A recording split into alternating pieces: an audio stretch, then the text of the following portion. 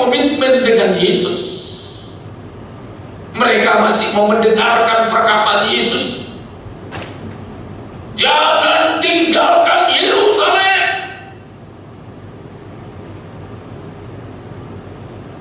Tapi kedua orang murid ini sudah sempat meninggalkan Yerusalem.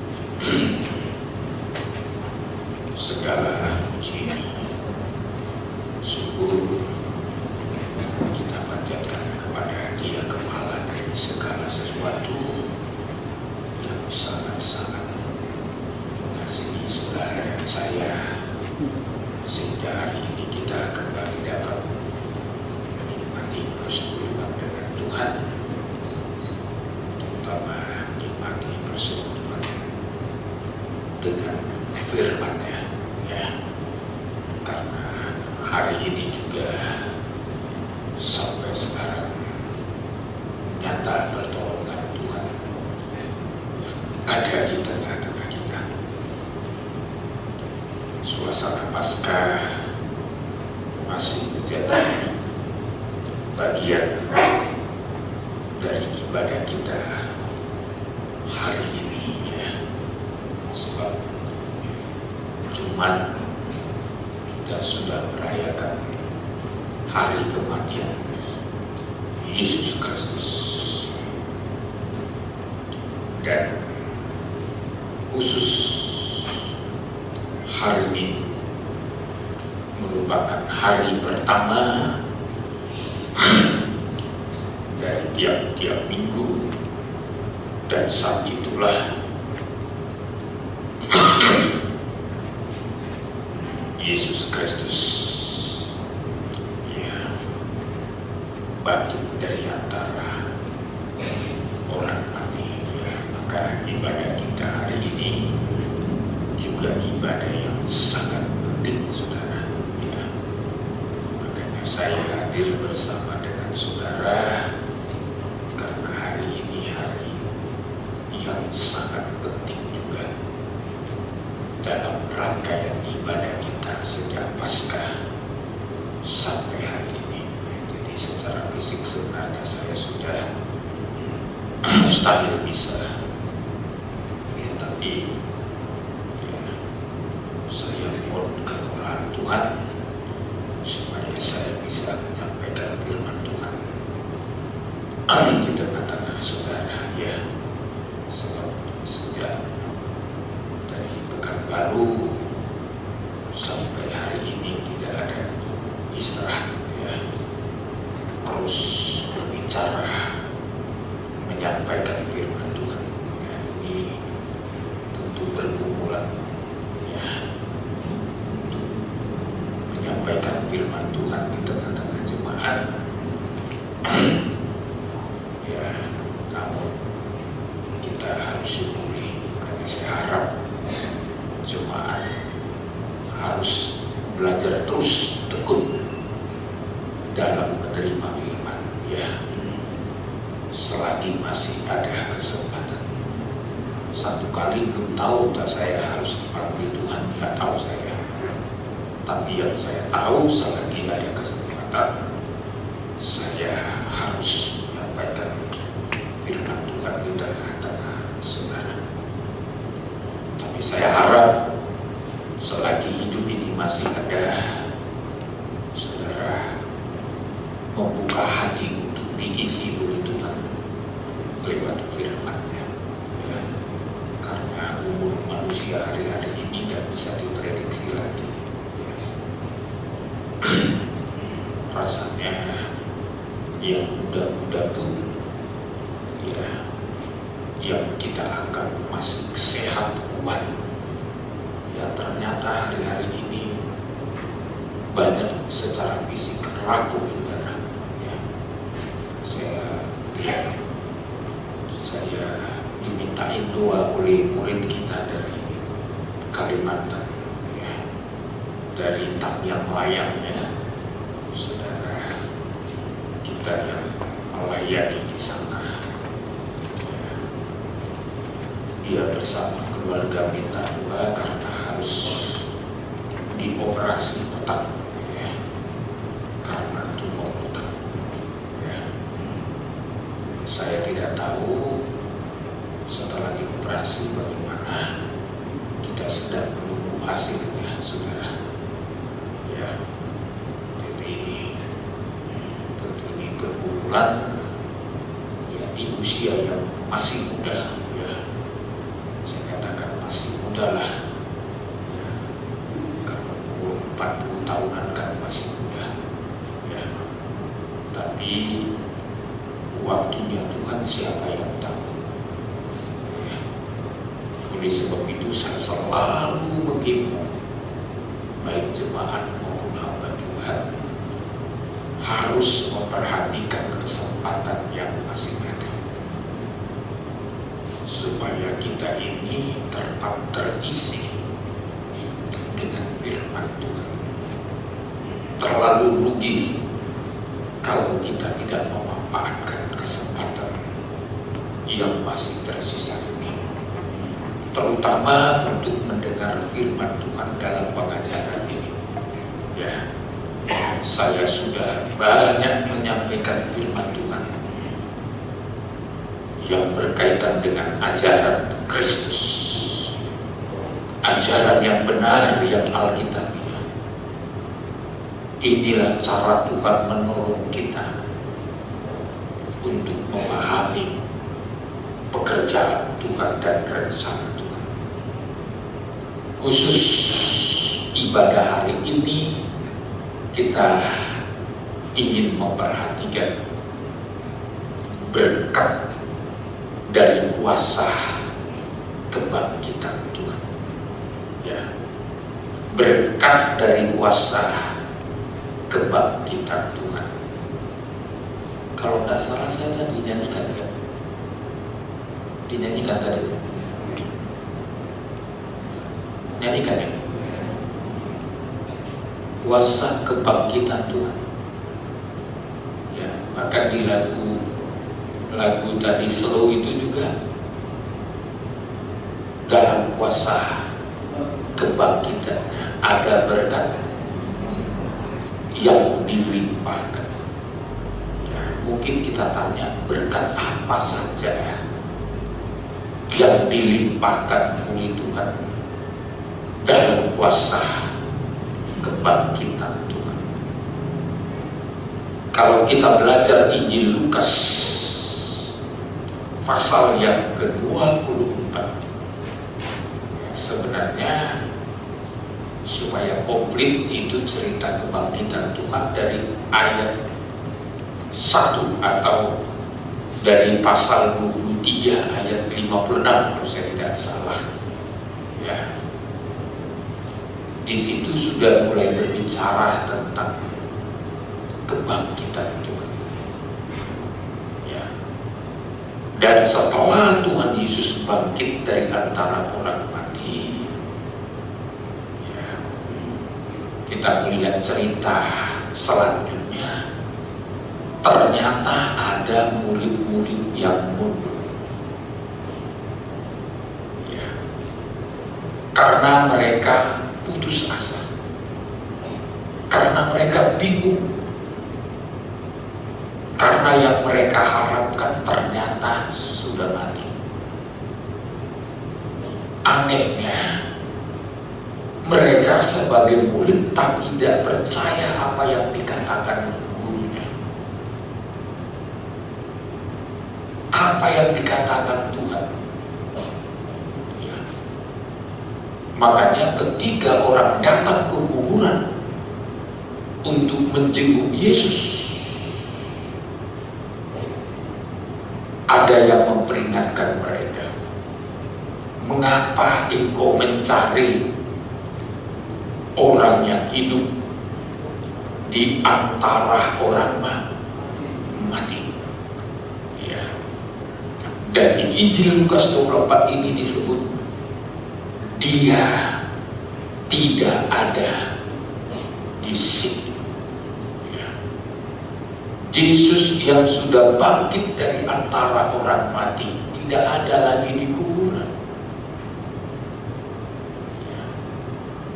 Ini yang tidak dipercayai oleh sebagian murid. Ya. Maka di pasal 24, ya, di pasal 24 Injil Lukas, saudara, kita lihat dulu, ya, ayat 6 langsung. Ayat 5, ayat 15. Ayat 5. Mereka sangat ketakutan dan menundukkan kepala, tetapi kedua orang itu berkata kepada mereka, mengapa kamu mencari dia yang hidup di antara orang mati? Ayat 6. Ia tidak ada di sini, ia telah bangkit. Ingatlah apa yang dikatakannya kepada kamu ketika ia masih di Galilea. Kenapa mereka mencari Yesus di antara orang mati? Karena mereka gak ingat perkataan Tuhan. Ingatlah apa yang dikatakannya kepada kamu ketika ia masih di Galilea. Orang tidak akan pernah keliru mencari Tuhan kalau terus mengingat firman Tuhan. Ya. Sekarang terlalu banyak tradisi-tradisi yang keliru, saudara. Ya, bahkan ya masih ada yang mempraktekkan pagi-pagi benar pergi ke kubur seperti tadi. Ya, si banyak, saudara. Bahkan ada yang bawa makanan, bawa minuman, ya. Bahkan ada yang menungguin sejak tadi malam. Ya. Ini satu tradisi yang sebenarnya karena tidak memperhatikan firman Tuhan. Alkitab kan sudah memberikan penjelasan orang yang sudah mati itu di mana tempatnya. Ya. Ada 2 tempat, saudara. Yang mati di luar Tuhan, tempatnya pun sudah disiapkan Tuhan. Ya. Yang istilah lain disebut yaitu ruang maut. Ya. Belum neraka tapi sudah berada di ruang maut. Jadi orang-orang yang di luar Tuhan dikumpulin di sana. Dan orang-orang di luar Tuhan yang dikumpulkan di sana sudah mengalami siksa.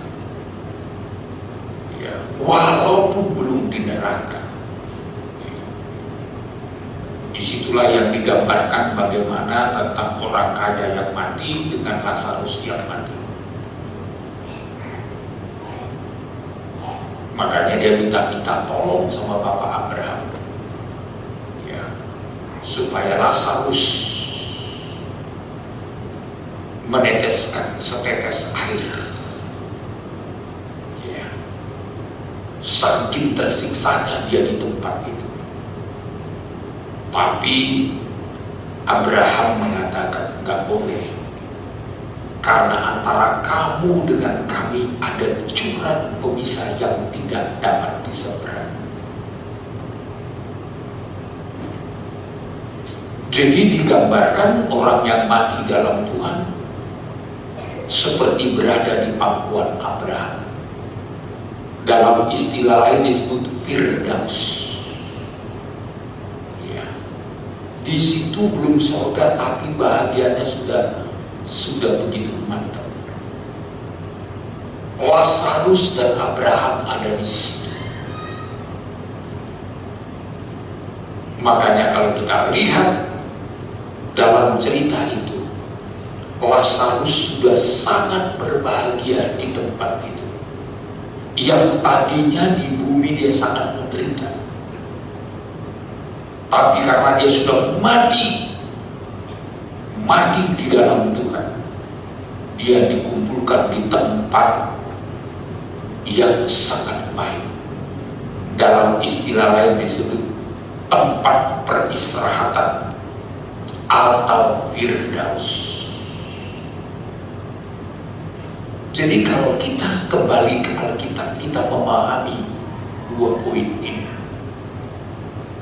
sehingga kita tidak keliru, ya, dalam, ya, bertindak dan memahami apa yang dikerjakan Tuhan dan yang dijanjikan Tuhan. Tapi murid-murid ini sempat keliru, saudara. Mereka mencari Yesus yang hidup di tengah-tengah orang mati. Dia tidak ada di sini.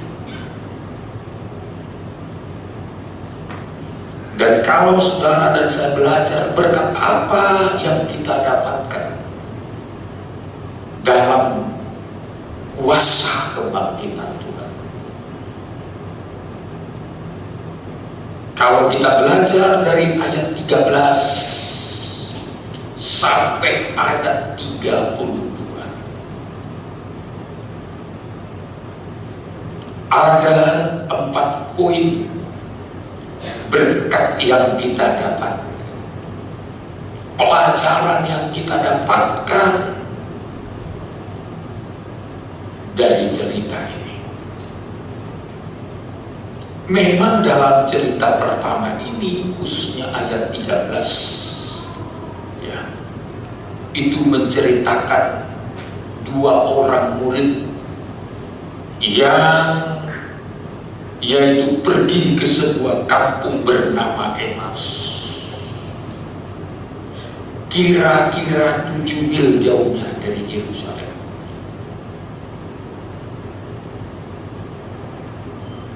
Kenapa mereka meninggalkan Yerusalem? Padahal mereka tergolong murid Tuhan, karena mereka sudah kecewa. Bukan saja kecewa, mereka sudah kehilangan pengharapan. Bukan saja kehilangan pengharapan, mereka sudah mulai bertindak, berjalan di arah di luar dari apa yang Tuhan kehendaki. Kenapa? Karena Yesus mereka anggap sudah mati. Selama ini mereka berharap Yesus itu akan berbuat sesuatu untuk Israel. Maka di Kisah Rasul pasal pertama, harapan mereka satu-satunya adalah memulihkan kerajaan bagi Israel. Kenapa mereka ingin kerajaan Israel dipulihkan? Karena mereka selalu berpikiran yang jasmani. Mereka kira kerajaan yang Tuhan inginkan kerajaan lahiriah.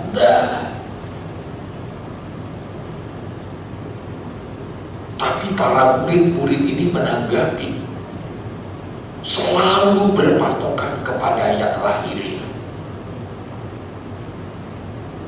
Apalagi pada waktu itu mereka sedang berada pada penjajahan Romawi. Ya. Mereka ingin merdeka, mereka ingin lepas. Maka kerinduan mereka itu mengarah kepada hal yang jasmani. Ketika mereka lihat Yesus Kristus sudah mati, wah, udah selesai lah. Harapan itu gak akan terwujud lagi. Maka dua orang murid ini langsung meninggalkan Yerusalem, pergi ke Emmaus.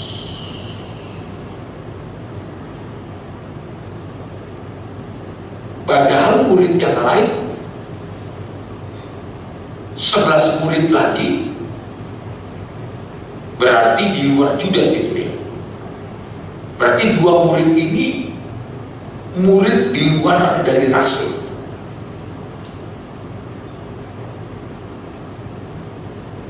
Ini yang bertindak keluar,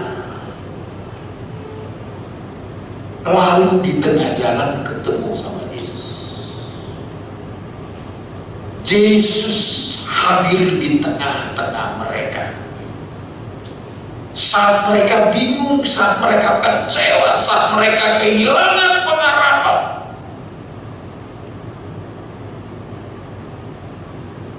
jadi poin yang pertama, saya mau menyampaikan firman Tuhan sore hari ini untuk saudara. Berkat kuasa kebangkitan Tuhan, Kristus mengubah arah kehidupan kita. Kristus mengubah arah kehidupan kita.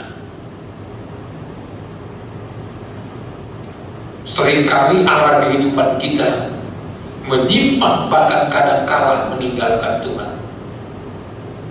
Karena paling banyak, karena apa? Kecewa.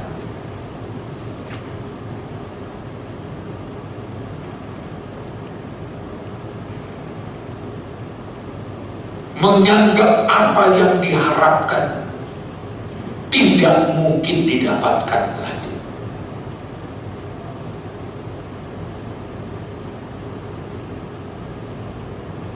Tapi saya mau katakan, kuasa kebangkitan Tuhan ingin mengembalikan kita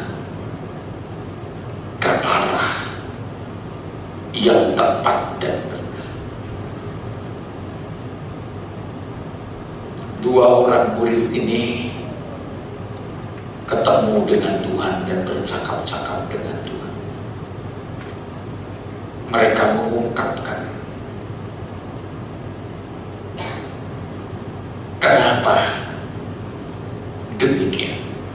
Mereka menceritakan kepada Yesus.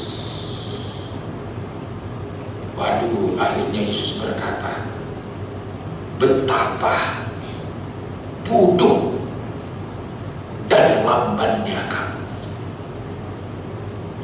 Itu Lukas pasal yang ke-24 ayat 25. Ayat 25, Ya. lalu ia berkata kepada mereka, hai kamu orang bodoh, Bodoh terus. betapa lambannya hatimu, sehingga kamu tidak percaya segala sesuatu yang telah dikatakan para nabi. Iya, terus Pak. Ayat 26. Bukankah Mesias harus menderita semuanya itu untuk masuk ke dalam kemuliaannya? Tuhan sudah ceritakan, Yesus harus mengalami penderitaan untuk menerima kemuliaan.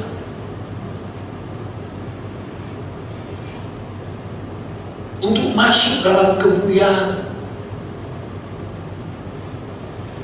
untuk dibangkitkan, untuk duduk di sebelah kanan Allah Bapa. Jalur yang sudah ditentukan Tuhan untuk dia harus melalui penderitaan, harus punya pengalaman salib, harus mati di kayu salib. Tapi orang ini tidak mempercayainya. Betapa bodoh,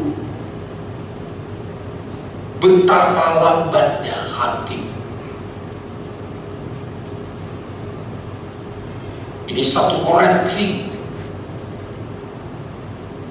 untuk kehidupan orang yang tidak mempercayai perkataan Tuhan. Akibat dari tidak percaya akan perkataan Tuhan, akhirnya perjalanannya pun salah arah. Kalau sekarang melenceng tujuan hidup, sebenarnya orang-orang yang melenceng tujuan hidupnya, tujuan pengikutannya, tujuan ibadahnya, tujuan pelayanannya, itu ditandai dimulai dari gak percaya firman.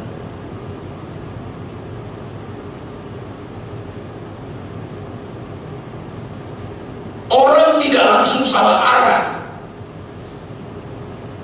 tapi orang salah arah, salah tujuan dimulai karena tidak percaya firman.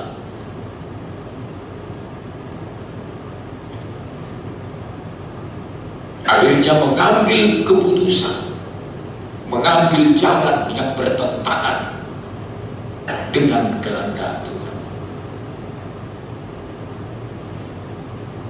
Jadi kalau berlawanan hidup kita dengan kehendak Tuhan, itu dimulai dari gak percaya firman.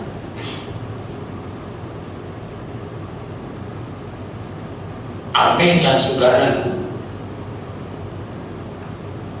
Dua orang murid ini ketemu dengan Tuhan Yesus, dikasih Yesus sebanyak-banyaknya firman, tetap tidak mengenal Tuhan. Ini cakap-cakap dengan Tuhan loh. Ya. Coba kita lihat dulu selanjutnya ayat 27. Ayat 27, lalu ia menjelaskan kepada mereka apa yang tertulis tentang dia dalam seluruh kitab suci, mulai dari kitab-kitab Musa dan segala kitab nabi-nabi. Tuhan jelaskan, yaitu seluruh kitab suci. Wah, ini kalau sekarang dari Kejadian sampai Wahyu. Jadi orang terima firman pun dari Kejadian sampai Wahyu belum tentu kenal Tuhan.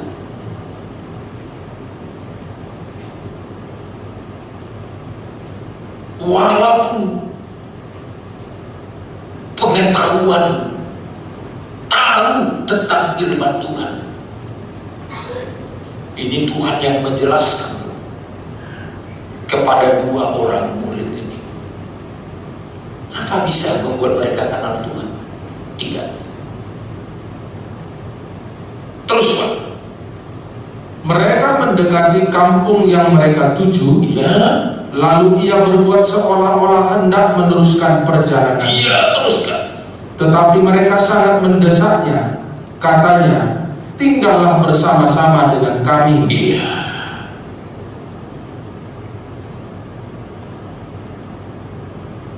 Jadi saudara, andai kata mereka tahu bahwa yang bersama dengan mereka itu adalah Yesus, ya, mereka kan pasti mereka berkata kepada Yesus, Yesus, rumahnya Yesusnya itu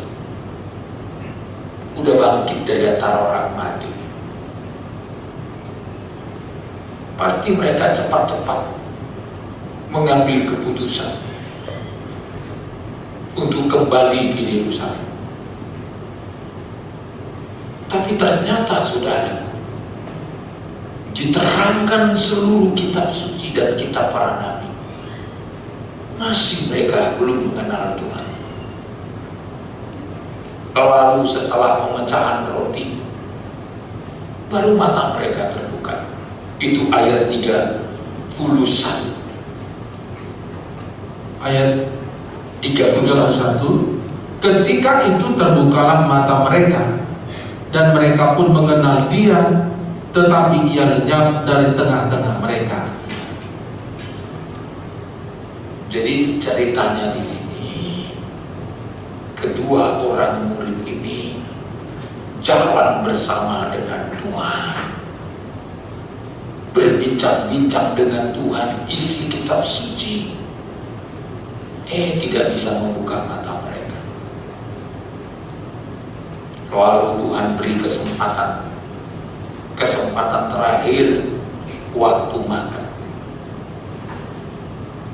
Ketika Tuhan memecah-mecahkan roti, barulah terbuka mata mereka.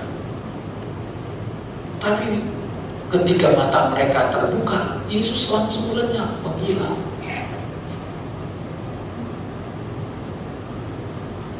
Berarti tujuan Tuhan mendampingi mereka berjalan di Emmaus. Yang pertama saya mau katakan, supaya mereka jangan salah arah. Tuhan ingin mengubah arah hidup mereka. Itu sebabnya di ayat 33, setelah mereka tahu Yesus itu benar-benar sudah bangkit, wah, mereka kembali ke Yerusalem. Itu ayat 33. Coba. 33. Lalu bangunlah mereka dan terus kembali ke Yerusalem. Iya. Di situ mereka mendapati ke-11 murid itu. Mereka sedang berkumpul bersama-sama dengan teman-teman mereka. Jadi berarti 11 murid atau 11 rasul itu tidak meninggalkan Yerusalem walaupun Yesus sudah mati. Mereka masih komitmen dengan Yesus. Mereka masih mau mendengarkan perkataan Yesus.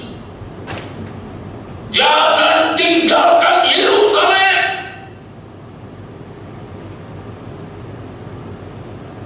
Tapi kedua orang murid ini sudah sempat meninggalkan Yerusalem. Sudah salah arah. Sudah salah tujuannya. Tapi setelah mereka melihat Yesus dalam kebangkitannya, oh, mereka bangun langsung pulang ke Yerusalem. Dia menemukan murid-murid 11 murid itu sedang berkumpul di Yerusalem. Saya mau katakan kuasa kebangkitan Tuhan itu, berkat pertama adalah mengubah arah tujuan hidup kita.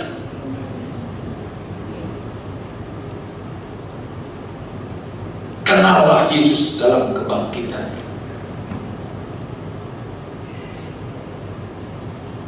Paulus juga bisa berubah dari jalan hidupnya yang salah karena mengenal kuasa kebangkitan Tuhan. Sebelum dia mengenal kuasa kebangkitan Tuhan, pada awalnya kan Paulus sudah bangga, sepertinya mereka sukses. Kelompok orang Yahudi membunuh Yesus.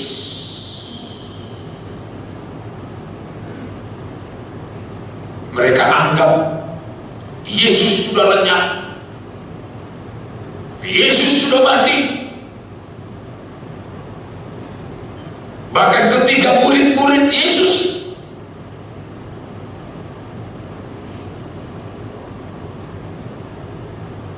mereka lihat, mereka aniaya,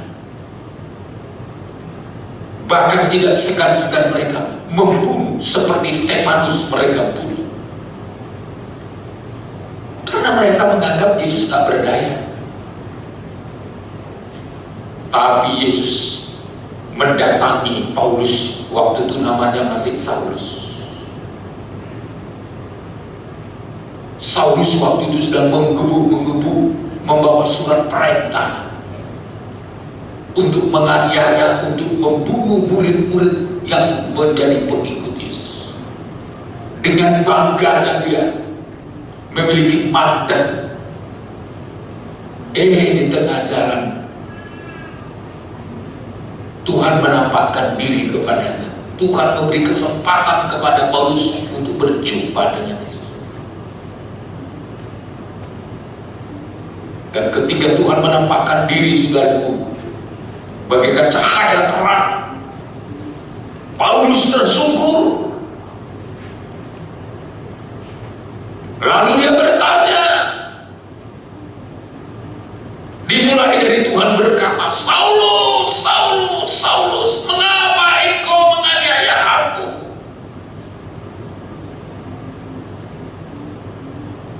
Akulah Yesus yang engkau aniaya. Lalu Saulus bertanya, siapa kau Tuhan?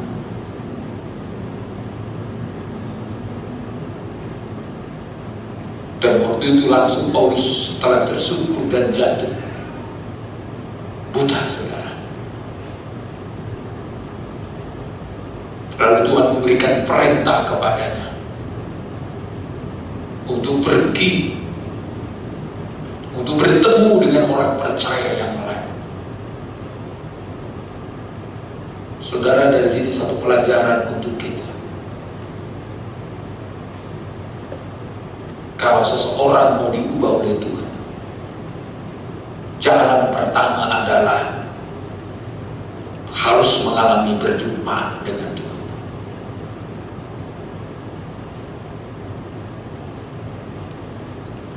Pengalaman perjumpaan Paulus dengan Tuhan dalam kuasa kebangkitan. Setelah Yesus bangkit dari antara orang mati, setelah Yesus naik ke surga lagi,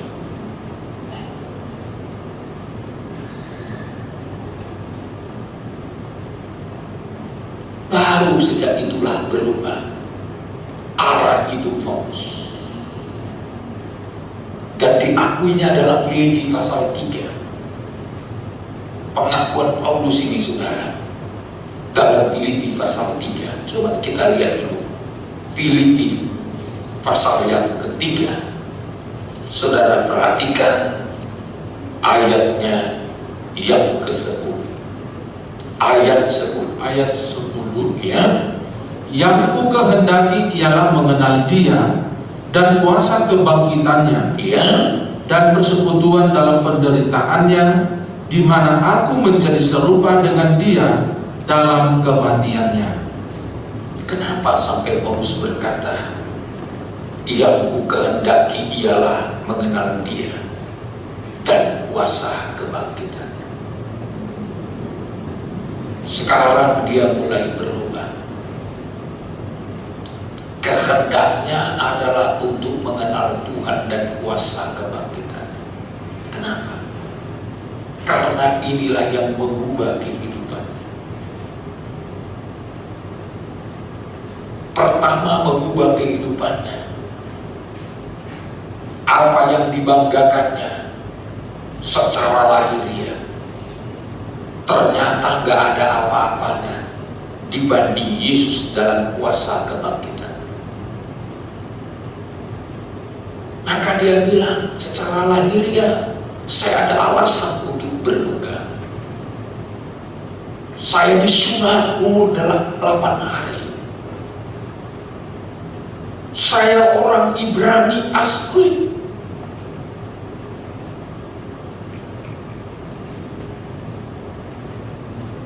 Bahkan dia berkata, dia punya pendirian yang kokoh terhadap Taurat karena dia orang Farisi. Tapi kuasa kebangkitan Tuhan mengubah arah hidupnya.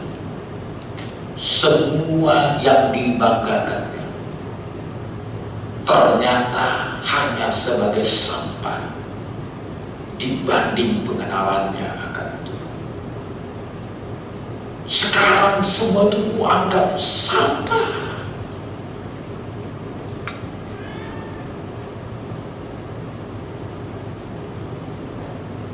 Kuasa kebangkitan membuka mata Rasul Paulus. Lalu apa dia katakan? Karena kerinduannya adalah mengenal dia dan kuasa kebangkitannya, dia ingin serupa dengan Yesus. Tadinya dia paling benci dengan Yesus. Saking bencinya dengan Yesus, dia aniaya jemaat. Siapa yang ikut Yesus, siapa yang percaya Yesus itu menjadi sasaran kemarahan mereka. Sekarang terbalik, saudaraku, arahnya berubah. Sekarang dia ingin serupa dengan Yesus. Di mana aku menjadi serupa dengan dia, baik dalam penderitaan sampai dalam kematiannya, dia ingin serupa dengan Yesus. Tadi benci, saudara, sekarang berubah arah hidupnya.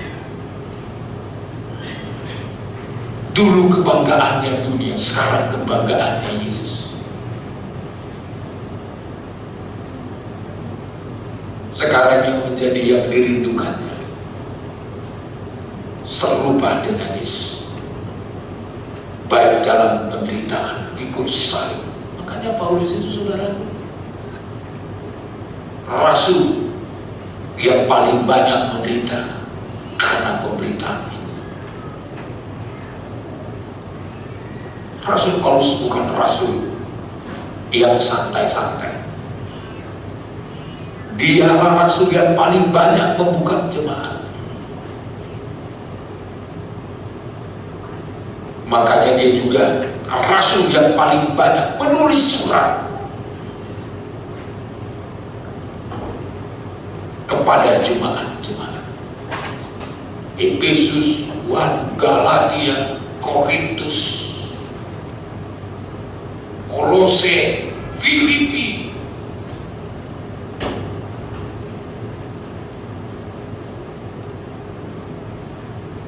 Melalui tulisan Rasul Paulus, Injil makin jelas diterangkan. Makanya kalau saudara nggak baca surat Rasul Paulus, saudara tidak akan pernah memahami gereja Tuhan. Anda tidak akan pernah memahami bagaimana korban Kristus, darah Yesus, bagaimana kuasa kebangkitan Tuhan. Makanya saudara, terutama kita sebagai orang percaya, apalagi pelayan-pelayan, saya minta saudara harus dapat baca suratan Rasul Paulus. Harus tamat bacanya. Biar saudara tahu nilai sebuah pelayanan, nilai sebuah ibadah, nilai sebuah pengikut kepada Tuhan, nilai sebuah penderitaan.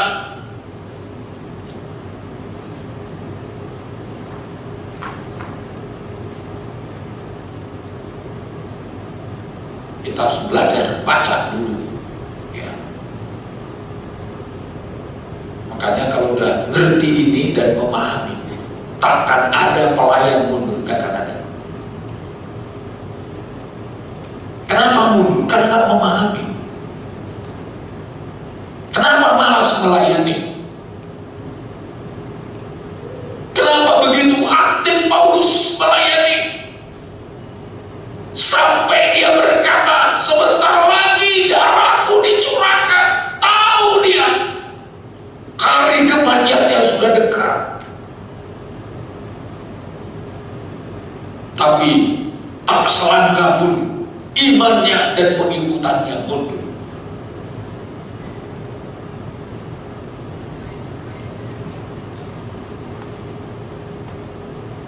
Dialah yang berani berkata supaya roh kita menyala-nyala. Dialah yang juga mengajar bagaimana kita pikul salib. Dialah yang mengajar juga dan berkata, pencobaan-pencobaan yang kamu alami hanya pencobaan biasa.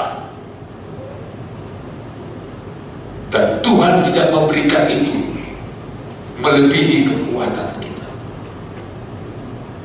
Makanya saudara kalau jemaat ya nggak baca Alkitab, ya bagaimana mau kuat nanti?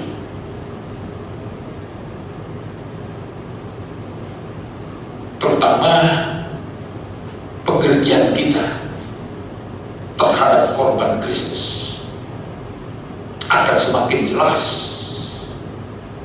Coba baca, betul-betul baca itu surat Rasul Paulus. Saya kalau baca Injil, baik Matius, Markus, Lukas, Yohanes, kalau ada yang belum saya pahami, saya belajar mencarinya lewat surat Rasul Paulus. Tulisannya, karena betul-betul karunia dari Tuhan untuknya membuka pengertian kita. Itu diakui oleh Petrus, walaupun Petrus itu seniornya. Diakui bahwa tulisan-tulisan Paulus memang banyak yang sulit untuk dipahami, tetapi pengertian di dalamnya luar biasa. Memang ada orang yang mencoba menyalahgunakannya, menyelewengkannya.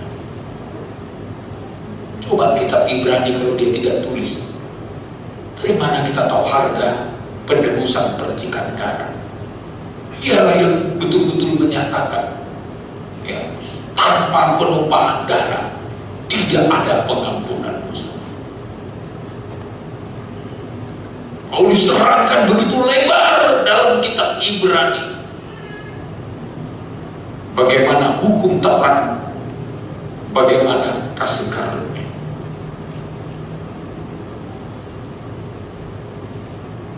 Jelas sekali dia memberikan keterangan-keterangan. Kalau kita turun ke kitab Roma lagi, dia mencoba menerangkan kepada kita bahwa sebelum kita bertobat, ketika kita masih berdosa, ketika kita masih lemah, Kristus sudah mati untuk kita. Jadi begitu jelas.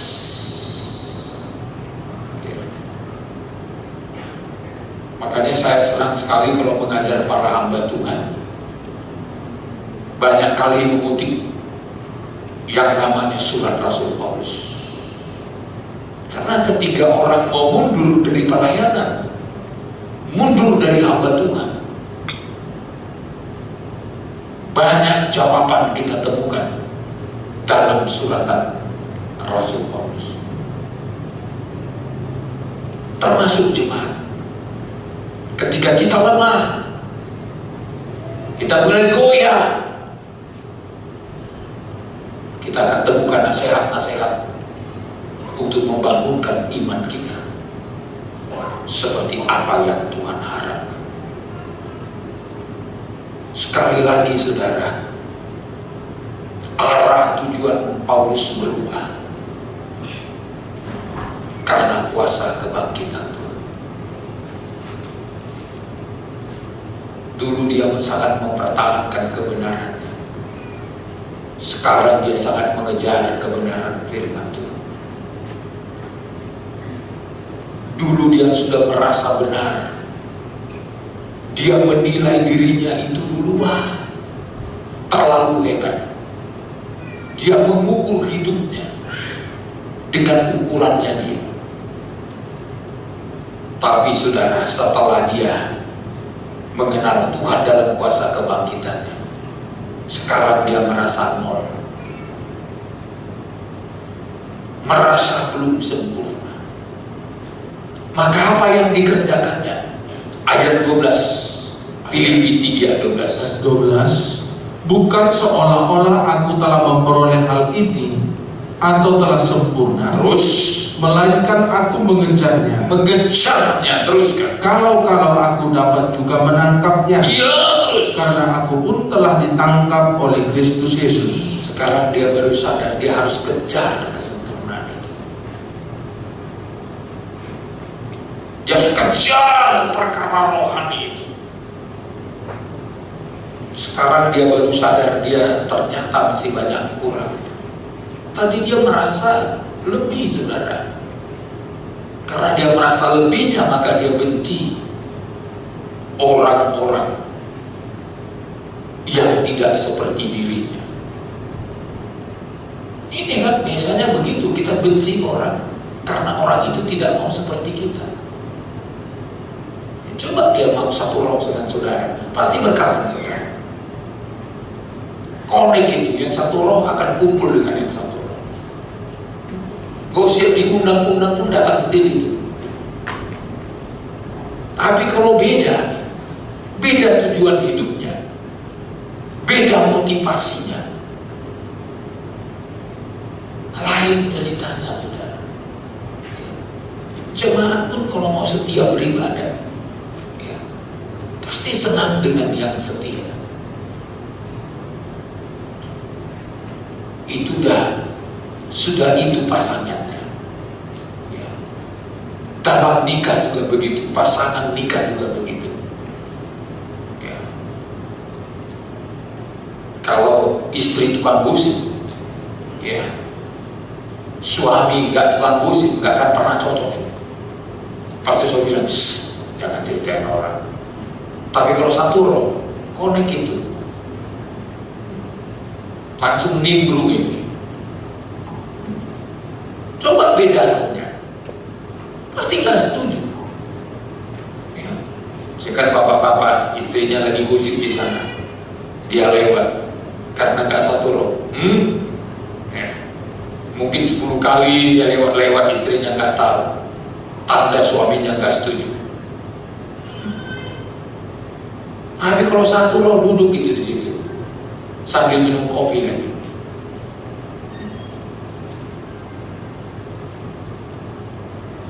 Jadi saudaraku, ini satu pelajaran untuk kita. Jadi Paulus dulu berkata, ya, dia telah menganggap, ya, coba ayat 13 kembali Pak. 13. Saudara-saudara, aku sendiri tidak menganggap bahwa aku telah menangkapnya. Terus, Tetapi ini yang kulakukan, aku melupakan apa yang telah di belakangku, iya, terus, dan mengarahkan diri kepada apa yang di hadapanku. sekarang berubah. Setelah Paulus bertobat, dia lupakan semua yang di belakangnya. Jadi bukan hanya dosa, kebanggaan, kehebatan, semua dilupakan. Sekarang dia mengarah ke depan. Bahkan di ayat 14, dan berlari-lari kepada tujuan untuk memperoleh hadiah, yaitu panggilan surgawi dari Allah dalam Kristus Yesus. Jadi bukan saja mengarahkan pandangannya ke depan, tapi berlari untuk mencapai tujuan. Tidak jalan santai untuk mendapatkan hadiah dalam panggilan surgawi. Makanya setelah Paulus berubah, dia lebih serius melayani. Memang dia sudah serius mempertahankan tradisinya. Dia sudah sangat serius mempertahankan identitasnya sebagai orang Farisi. Tapi setelah dia diubah Tuhan, lebih serius lagi. Dia berlari-lari. Dia berani berkata, celakalah aku kalau aku tidak memberitakan Injil. Dialah yang berani berkata, pergunakanlah waktu yang ada.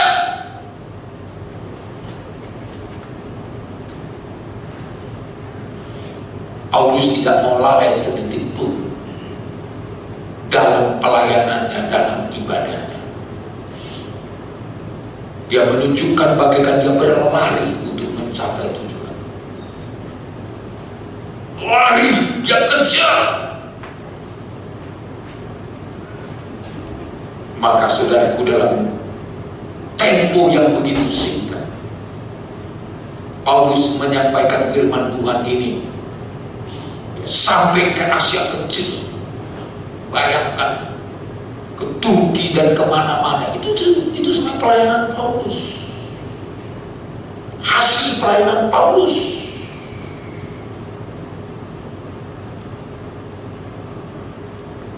Kejar targetnya, tidak ada yang dilalaikannya. Memang ada rasul yang lain yang sampai ke India, itu Rasul Thomas. Mati syahid pun di India. Makanya saya waktu ke India, saudara, di sana banyak gereja yang bernama Thomas. Gereja Thomas. Tapi di Indonesia agak kurang populer Thomas. Kalau dibilang Thomas, agak negatif pandangan orang sipil. Thomas D katanya, kalau saya baca. Thomas D itu karena murid yang tidak percaya, kecuali katanya jarinya dicucukkan ke lubang yang berpaku. Tapi kalau di India jangan lupa, itu gereja yang paling populer di sana, gereja Thomas. Karena Thomas rela ke sana. Dia menginjil ke pusat budaya dunia loh. Sebelum ada agama-agama di dunia dulu, di India sudah ada agama yang lain. Yesus belum datang ke dunia sebagai juru selamat, sudah ada kepercayaan di sana. Misalkan Hindu itu dari India, saya sudah pergi ke pusatnya di sana. Ya, ada lagi satu lagi Buddha, itu lahirnya agama Buddha di India loh. Bukan di China, bukan, India. Ada lagi satu yang agak kurang dikenal di Indonesia, agama Jainisme. Itu gak pernah saya lihat di Indonesia, tapi saya sudah lihat di sana. Orang kalau mau sempurna, wah ngeri saudaraku, harus bisa di jalan-jalan tanpa pakaian, satu helai itu baru orang sempurna, seperti Adam dan Hawa. Ya. Nah, nanti kalau saudara mau ke sana boleh bayar ongkos saya bawa saudara ke sana lihatnya. Itu, ya. Tapi Thomas diutus Tuhan ke sana. Gak gampang loh melayani. Di sana juga gampang.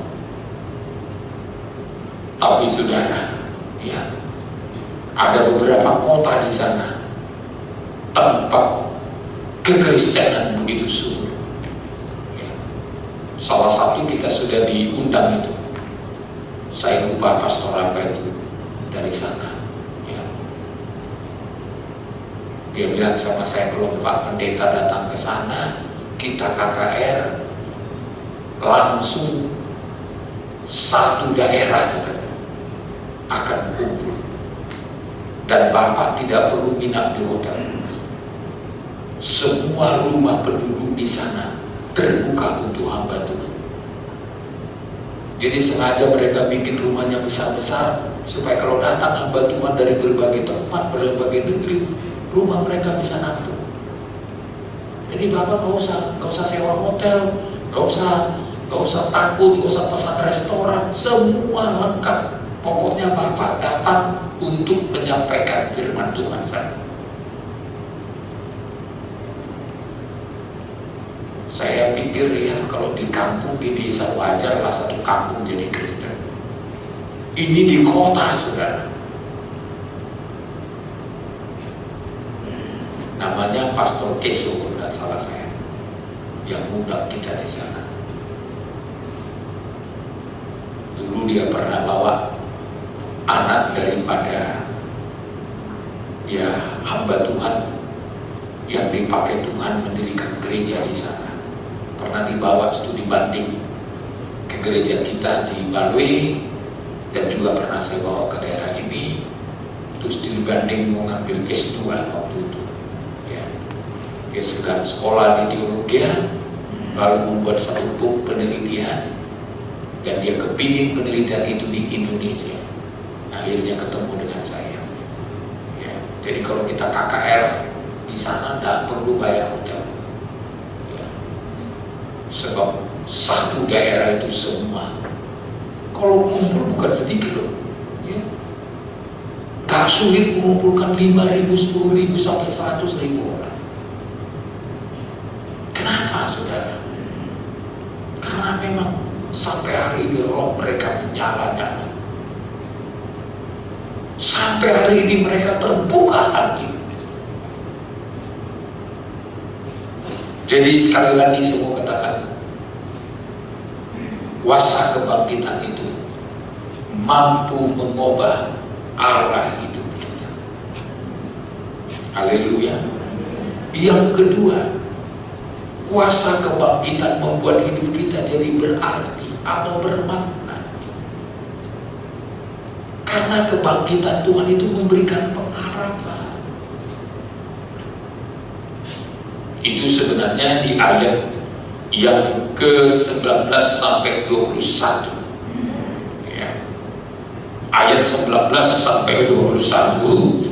Kesudahan mereka ialah kebinasaan. Bukan itu ya, Lukas 24. Ya, Lukas 24 ayat 19 sampai 21. Ya, silakan. Katanya kepada mereka, apakah itu? Jawab mereka, apa yang terjadi dengan Yesus orang Nazaret? Dia adalah seorang nabi yang berkuasa dalam pekerjaan dan perkataan di hadapan Allah dan di depan seluruh bangsa kami. Ya, jadi mereka menganggap Yesus itu betul-betul seorang nabi yang punya kuasa dalam pekerjaan, dalam perkataan di hadapan Allah dan di depan seluruh bangsa kami. Jadi tidak heran makna hidup mereka ada pada Yesus.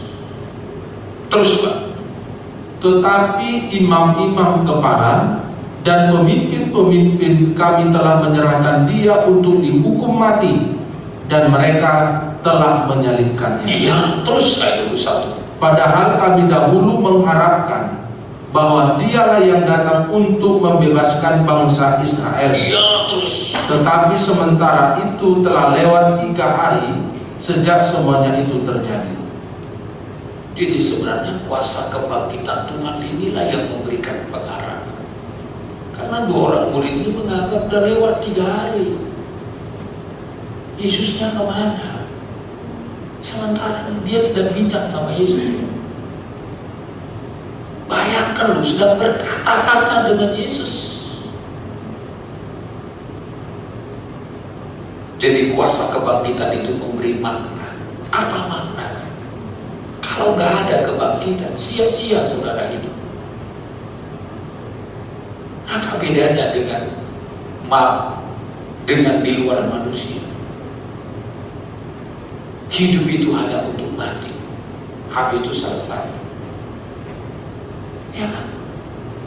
Kalau kita sama misalkan dengan hewan, atau dengan binatang-binatang, atau dengan tanam-tanaman atau tumbuhan, apa kebanggaan kita? Habis selesai umur, tercapai dan selesai. Maka Khotbah berkata, saudaraku, manusia itu sama dengan binatang kalau tidak bertobat. Mazmur juga menjelaskan seperti hewan yang meluncur ke dunia orang mati. Gak ada maknanya kalau gak ada kebangkitan. Maka Paulus berkata dalam suratan Korintus, 1 Korintus 15, 1 Korintus pasal 15 ayat 15, 1 Korintus 15 ayat 15. Lebih daripada itu kami ternyata berdusta terhadap Allah. Terus, karena tentang Dia kami katakan bahwa Ia telah membangkitkan Kristus. Terus, padahal Ia tidak membangkitkannya. Kalau andai kata benar bahwa orang mati tidak dibangkitkan. iya, kalau ternyata orang mati tidak dibangkitkan. Coba terus ayat 16, Pak. Sebab jika benar orang mati tidak dibangkitkan, maka Kristus juga tidak dibangkitkan. Terus ayat 17. Dan jika Kristus tidak dibangkitkan, maka sia-sialah kepercayaan kamu. Terus, dan kamu masih hidup dalam dosamu. sia-sialah. Hidup ini tidak bermakna kalau tidak ada kebangkitan Kristus. Karena adanya kebangkitan, hidup ini bermakna. Kalau kita udah mati, ada kebangkitan untuk memperoleh hidup di surga sekarang selama-lamanya. Coba nggak ada kebangkitan, apa kebanggaan saudara? Mau dibuat dari emas pun kuburan saudara, apa kebanggaannya? Selesai sampai di situ kalau nggak ada kebangkitan. Tapi karena ada kuasa kebangkitan, hidup kita menjadi berarti. Makanya saudara, kenapa kita harus mempercayai Yesus Kristus? Harus percayakan kuasa kebangkitan. Poin yang kedua, Dialah yang membuat hidup kita semua menjadi berarti atau bermakna. Coba, kalau nggak ada kebangkitan kan, nggak ada hidup yang akan datang. Apa nggak sia-sia hidup kita? Udah menderita di sini, nggak masuk lagi surga. Apa nggak sia-sia saudara?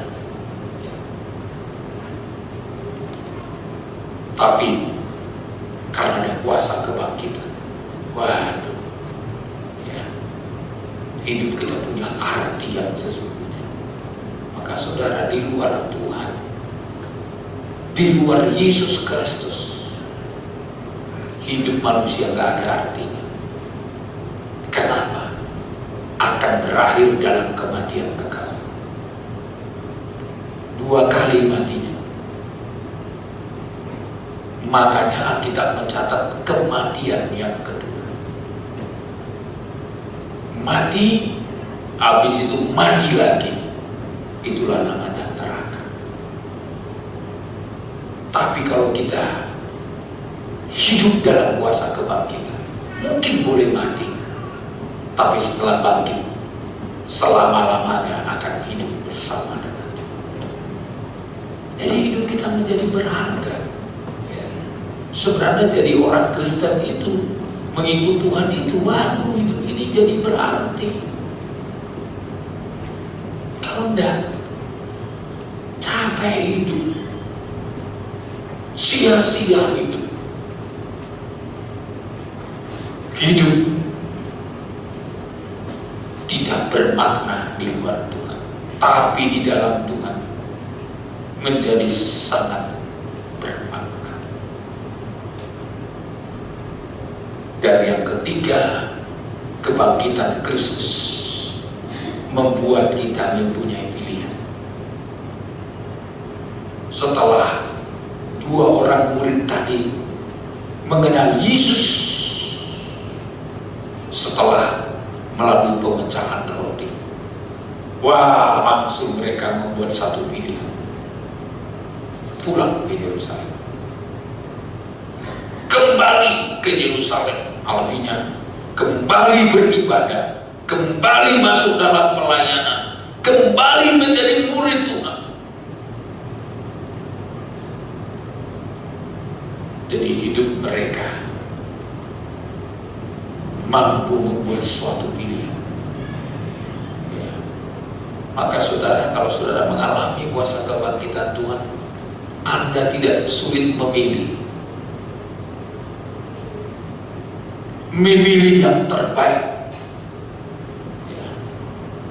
Mereka nggak menunggu besok, nggak menunggu hari itu juga. Mereka langsung kembali ke Yerusalem, bertemu dengan murid-murid yang lain yang sedang berkumpul. Jadi gak akan menunda-nunda waktu untuk kembali, gak menunda waktu untuk bertobat, gak menunda waktu untuk setia, gak ada kalau-kalau. Seringkali kita gini, Tuhan, aku akan kembali kepadamu kalau saya sudah punya uang, kalau saya sudah sukses. Jangan pakai alasan uang untuk Anda kembali kepada Tuhan. Jangan pakai alasan uang untuk setia kepada Tuhan.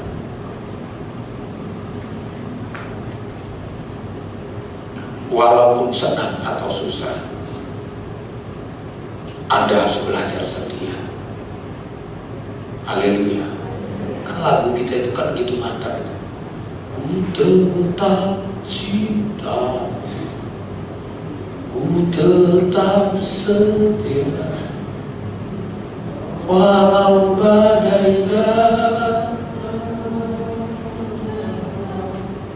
ku tetap cinta. Walau miskin tetap setia. Ini baru murid Tuhan yang mengalami kuasa kebangkitan Tuhan. Ini dah sikit aja kurang, mulut bersumur-sumur. Takut saya masih berkelimpahan, Mas. Saya sering kali bersaksi sebenarnya untuk menyadarkan yang lain. Kita pun pernah melewati miskin, susah, sampai nyewa rumah pun gak mampu nyewa satu rumah, satu kamar. Untuk dapat makan pun harus cari pagi untuk bisa dimakan sore, cari sore untuk besok dimakan. Kita pernah lewati. Bukan hanya saya pribadi, istri dan anak saya, itu sudah kita lewati. Dulu kita kalau bisa makan saja udah syukurnya setengah mati. Bisa bayar sewa rumah karena per bulan, saudara. Ya, kalau saya lihat rumah kita di Tanjung Uban ini pada kosong, itu SD 03 juga, tempat gereja yang lama. Di atas itu ada kamar 4 besar-besar, tambah satu kamar lagi, kosong sampai hari ini. Ini berapa lama ini kosong setelah kita beli?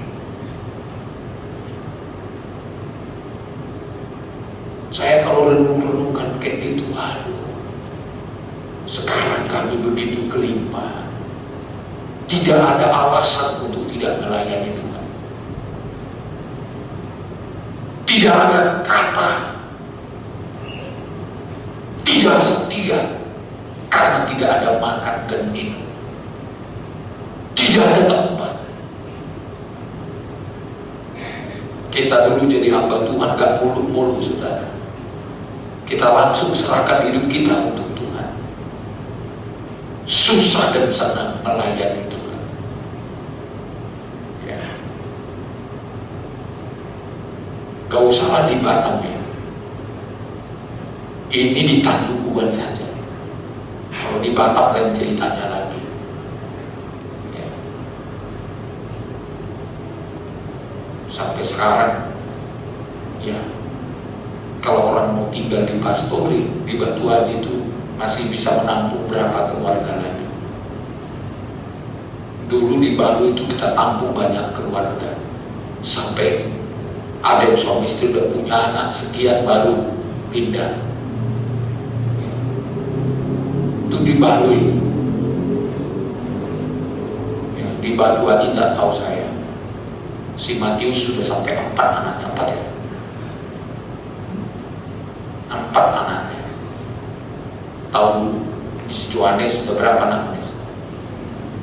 2. Nggak pernah bayar sewa mereka ini, sudah. Artinya seharusnya sesusah atau senang, ya, saya bangga dengan komitmen Tanti Agus. Ya, kenapa saya bangga? Dia tidak terlalu banyak menuntut uang. Tadi saya tanya, Gus ada uang Gus? Itu apa Pak? Kalau perlu kan? Coba ya kalian ditanya. Ya Pak, cocok Pak. Kemudian gak kosongnya. Ya. Makanya kalau saudara mau berkorban sama Tanti Agus, gak usah takut. Haleluya. Gak usah takut saudara. Saya kalau udah kayak gitu, waduh, kalau semua pekerja kayak gitu, apa gak aman saudara? Coba saudara, ya setiap pekerja sedikit aja kurang, kakak. Pergi ke rumah jemaat pinjam. Di luar, apa namanya, pas lagi makan datang. Itu kan namanya minta makan. Minta makan, maka saya saudaraku paling sungkan besar. Kenapa saya sungkan? Takut saya repot jemaat.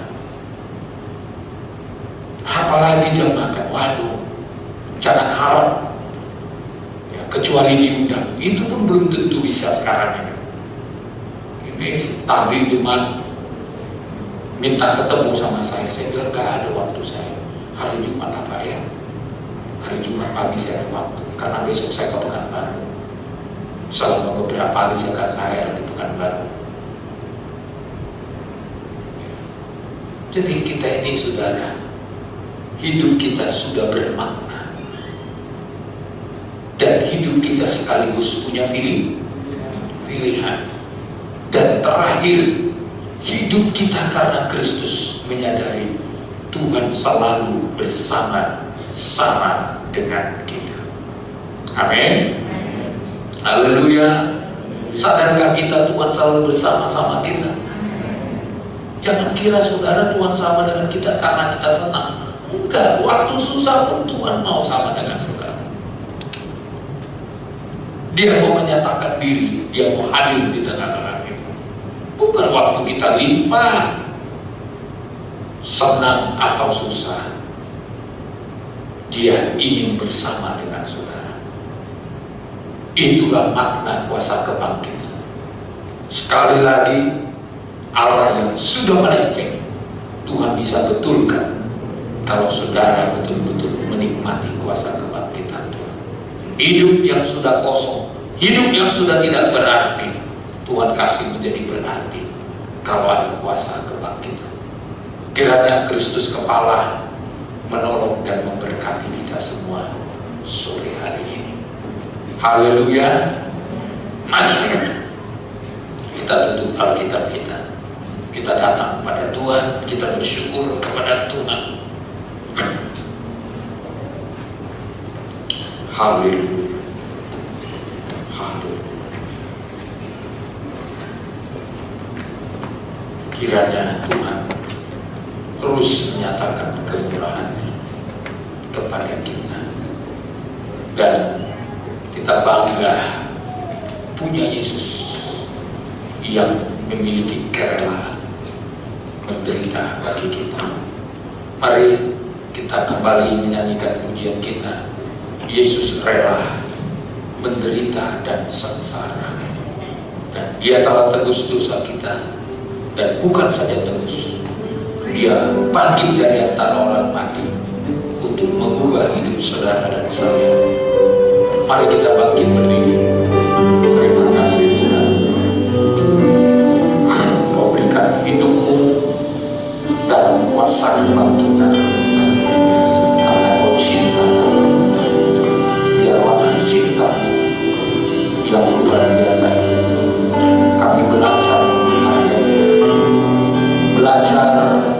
untuk terus mensyukuri apa yang Tuhan sudah berikan untuk kami. Berkatilah kami semua, ubahlah arah jalan hidup kami, supaya ketika Tuhan temukan ada yang tidak benar, kami berjalan dalam kebenaran. Buatlah hidup kami bermakna, berarti karena kuasa kebangkitan. Selanjutnya, buatlah kami memiliki pilihan-pilihan yang tepat, bukan yang salah, tapi memilih jalan yang tepat. Bahkan kami mau merasakan kehadiran Tuhan yang selalu menyertai kami semua, sertai seluruh jemaat ini dalam seluruh pergumulan mereka. Tuhan adalah jawaban. Tuhanlah yang menyembuhkan yang sakit. Tuhanlah menolong yang lemah. Tuhan juga menyembuhkan yang susah, dan juga Tuhan yang mengatasi persoalan-persoalan hidup kami, dari mulai pekerjaan, bisnis, dan semua keperluan-keperluan jemaat. Tuhan tolong buka jalan, berkati kebutuhan kami semua. Sekali lagi kami berdoa, sehatkan Tuhan, berkati bangsa kami Indonesia, berkati presiden kami, berkati pemimpin kami di daerah, berkati kota Tanjung Bintang ini. Kami mau tempat ini juga, Bintang ini, menjadi tempat memberi rezeki bagi jemaat, sehingga jemaat juga bersuka cita karena Tuhan menyertai mereka. Sekali lagi Tuhan, semuanya kami taruhkan dalam tangan Tuhan. Kami segera pulang untuk menerima berkat Tuhan. Kasih karunia dari Tuhan Yesus Kristus, cinta kasih dari Bapa Surga, penyertaan dari kuasa Roh Kudus, agar menyertai memberkati saya dan saudara sekarang dan sampai selama-lamanya.